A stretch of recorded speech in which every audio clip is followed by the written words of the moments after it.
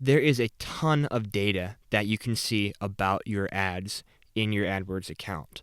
It's overwhelming, honestly, how much data you can see. And that's one of the beauties of pay-per-click advertising and Google AdWords in particular, because you can see so much data and you can base your decisions and you can optimize your account to make better performance for your ads, for your business, based upon that data. But obviously, you actually have to pull some actionable insights from that data. You can't just get caught up in looking at it and never taking action upon it. So I'm going to give you a walkthrough here of some of the different options, different data, different metrics that you can add to your reports in AdWords to see lots of different things about your campaigns. So go up here to the columns area. I'm going to be on the campaigns tab right now, but you could go to different tabs to see this information for different for keywords, ad groups, ads, etc. We're going to go to modify columns. And you can see here a whole list of different categories of metrics, and then each category of metrics has some different options over here. So let's just kind of go through these real quickly, and I'll explain what most of them mean. So obviously campaign type and campaign subtype, that tells you what type of campaign you have and what subtype. And you can see that these are already added to the report over here. Typically, once you start advertising, you won't need these because you'll know what your campaigns are, so I'm just going to remove those for now. Labels I talk about in a separate lecture, so check that out to learn what labels do. Campaign ID, I don't think you'll ever need the campaign ID. That's just something kind of internal for Google. Bid strategy type and bid strategy.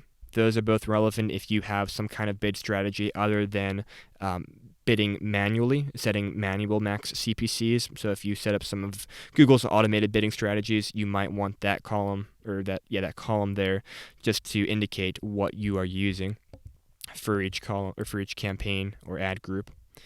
So that's under attributes. Then we've got performance, and you're going to want a number of these performance attributes or performance metrics in your reports. Obviously, clicks tells you how many clicks your campaign has gotten. Impressions tells you how many impressions it has. CTR stands for click-through rate. That tells you what your click-through rate is, which is your clicks divided by your impressions. Average CPC is the average cost per click you're paying per click, the average amount you're paying per click.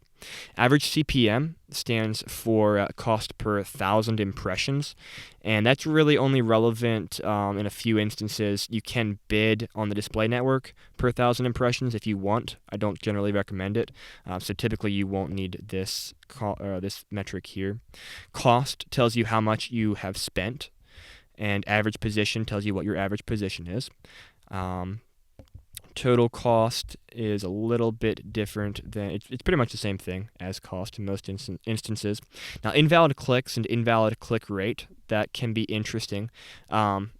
Obviously, there are robots and just different things out there that can click on your ads, but they're not actual people clicking on your ads with an intent to do anything good on your website.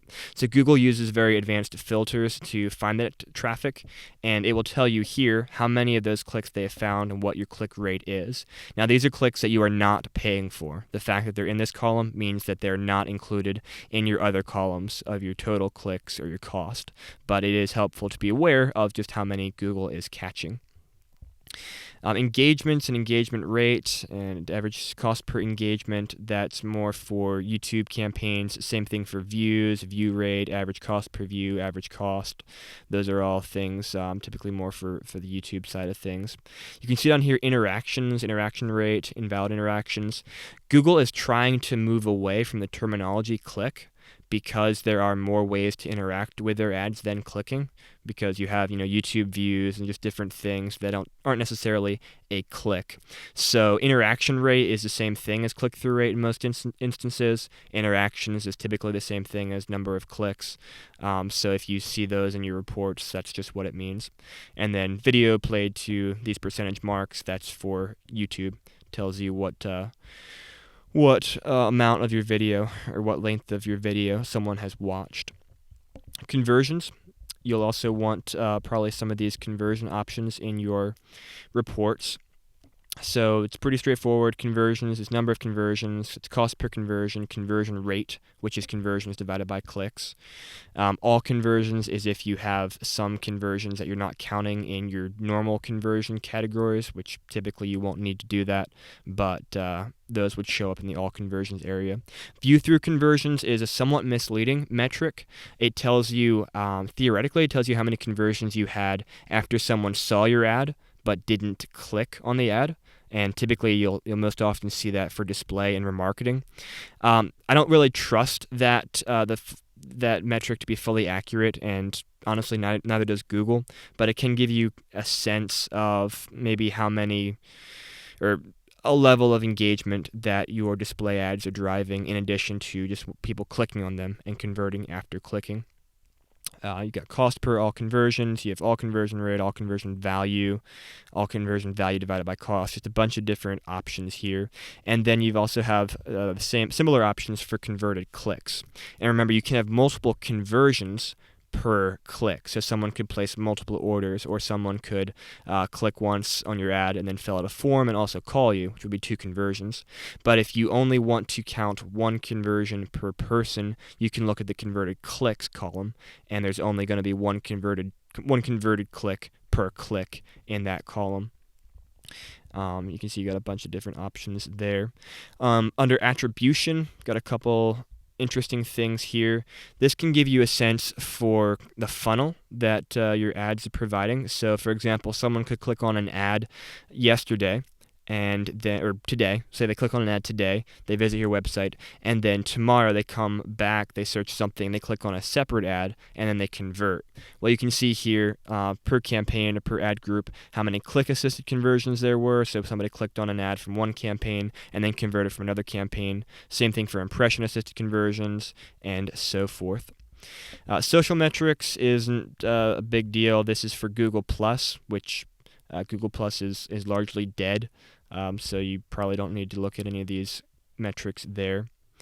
Call details, this is if you are using call extensions with Google forwarding numbers, and it will tell you how many impressions your phone number is receiving, how many phone calls Google is tracking to that forwarding number, what your phone through rate is, how much you're paying for that, your average cost per call, so forth. Competitive metrics, I talk about this in my lecture about how to see how much traffic you are losing, and so check that out. Performance active view, this is for the display network, and active view is basically Google's way of saying that they think that the data they're showing is for ads that truly were seen by a person, not just displayed on a web page and not seen by someone's eyeballs, but someone actually saw these. And there's some different metrics about those ads there.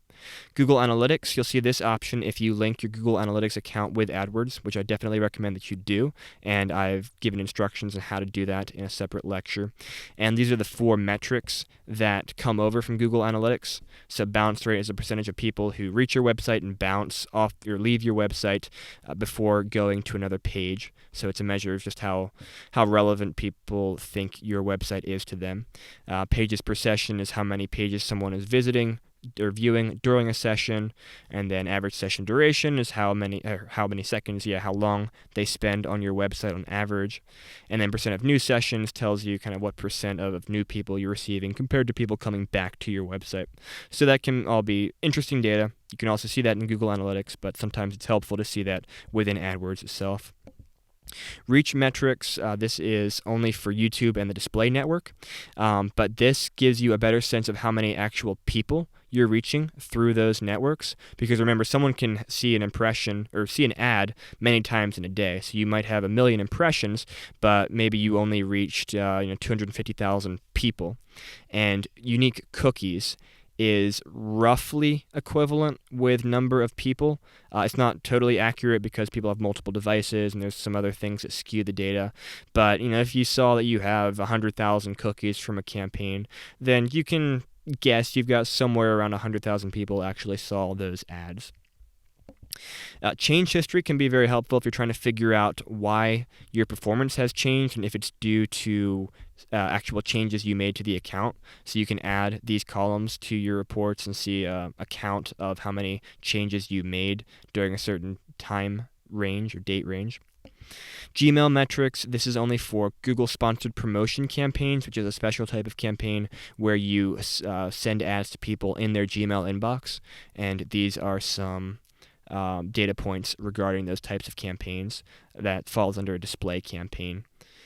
YouTube earned actions, this is obviously for YouTube campaigns, and it's some different earned data points. So if your ad shows and then you get some additional earned media based upon that, or earned likes or shares or whatnot, that will show up here. And then custom columns is a very helpful option where you can actually pick a specific metric. So for example, you could pick a conversion. Let's go with converted clicks, and then you can segment that a little bit, and we could actually go with a conversion name, and you could pick a specific type of conversion, like contact form, and we could call that contact form. There we go. And save that and apply that, and then you can see down here it'll tell you how many of that specific conversion action you got within a given date range, and you can do custom columns for a number of different metrics. I think you can have a total of 5 custom columns at once, so that can be very helpful. So anyway, that's a really quick overview of a lot of the options that you can see in your account. And these options change a little bit when you go to the ad group level or the ads level, just depending upon what data provides, or what data Google provides for these different views. But as you can see, there's a lot of options, a lot of stuff you can see, and definitely take advantage of what you feel is relevant to you in terms of optimizing your account and making it perform better.